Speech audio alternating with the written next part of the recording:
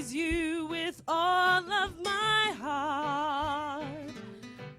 I will praise you with all of my strength. With all of my heart.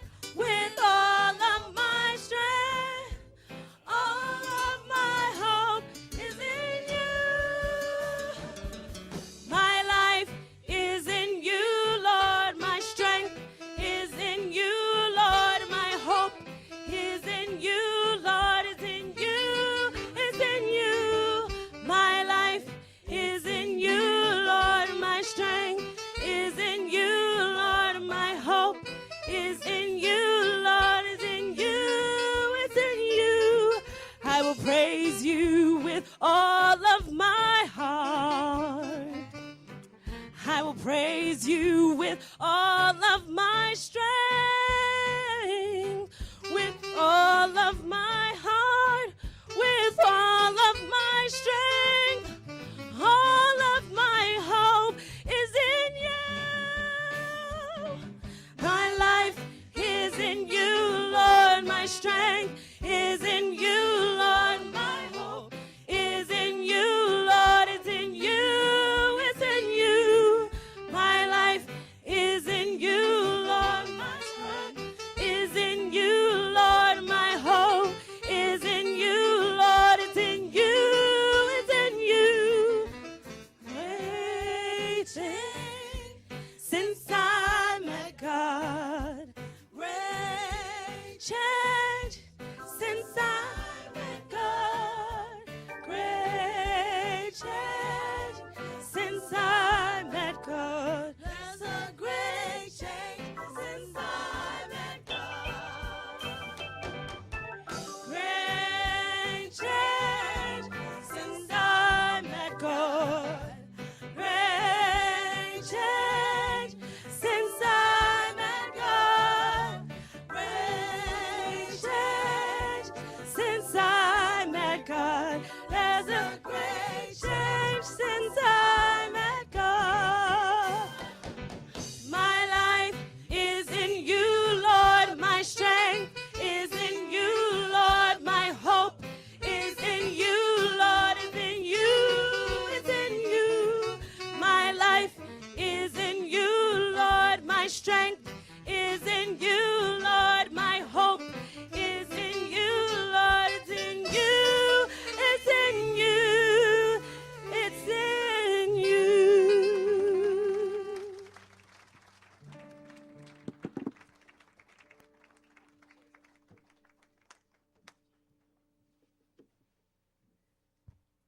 Amen. Appreciate that one more time. Hallelujah. Amen. Ask your neighbor, is your life in him? Why wouldn't you ask the person sitting the other way, that is your life in him? And tell the person behind you, my life is in him. If you are confident of that, give Jesus a smile. Amen.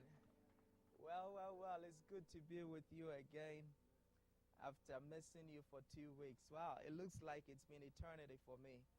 But eternity doesn't want me now. Even if I go, eternity will send me back on earth because there is so much I have to do. Amen. But it's good to see you. I definitely bring you greetings from London and from Italy. Amen.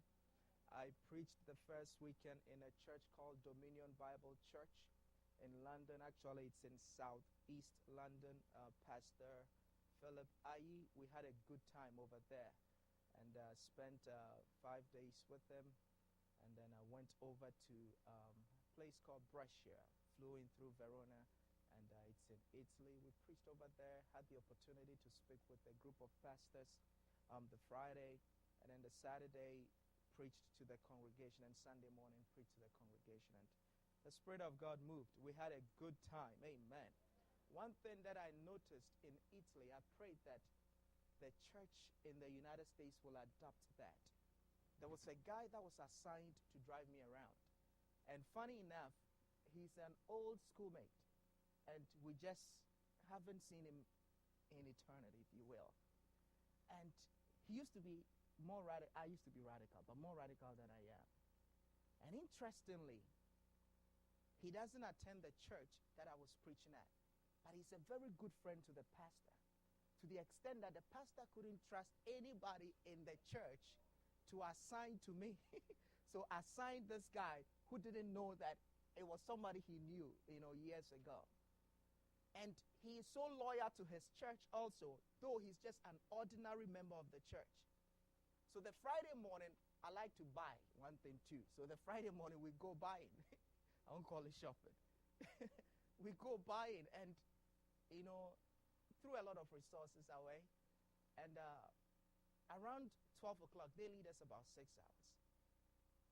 I saw him pick up his phone and call his pastor. And ask the pastor then. He wants to ask him for permission not to show up to come help on Saturday night. He said he's not an usher, nothing. He's just an ordinary church member, but shows up to go help them clean. And wants to ask permission not to come also on Sunday. Is it okay for him to do that? And the pastor says that whoever is speaking must be worthy for you to really. And the guy said, I think he's worthy. I just want to benefit from his ministry.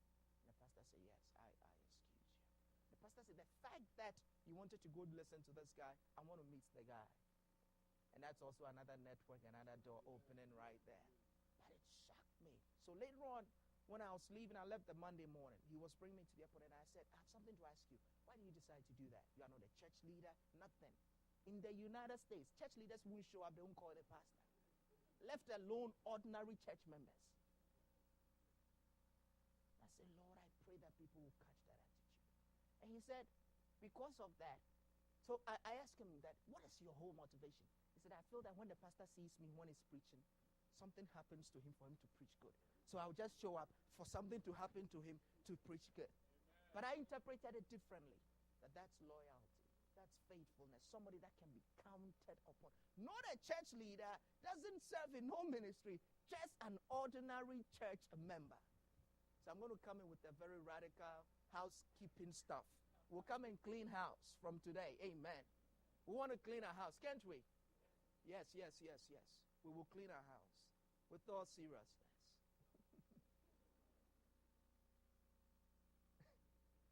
That was one thing that it just shocked me. And I felt like I'm sharing it with you. Ordinary church member. I'm asking you for permission not to show up. 21st century folks. You didn't pay for my ticket to be here. Well, that's what they'll say to you. But I pray that we'll catch that spirit. Amen. I appreciate all of you. That tells me that you don't need me to be here for you to come to church. And you came in and still were part of the church. That tells us that you see this church as a church you belong to, and there is that sense of belonging. I thank every one of you who took my family as your family whilst I was away. You called to ensure that the kids and my wife are doing well. Amen. I will do the same for you, and I thank you that you did it. You make us feel that we can definitely count on you. Amen. Certainly, the church leadership, like Elder John Sasa, certainly Elder Kojo, the unbelievable one, Deacon Kweku Boaten. Definitely, we appreciate you all. Anyone at all whose name is just evaporated from my head, we thank you. Amen. Deacon Forsen, rocking the house on the teaching service are here. And my wife, how was she?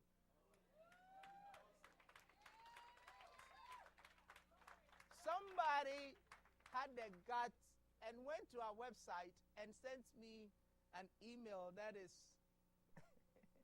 anonymous that I think your wife preaches better than you do.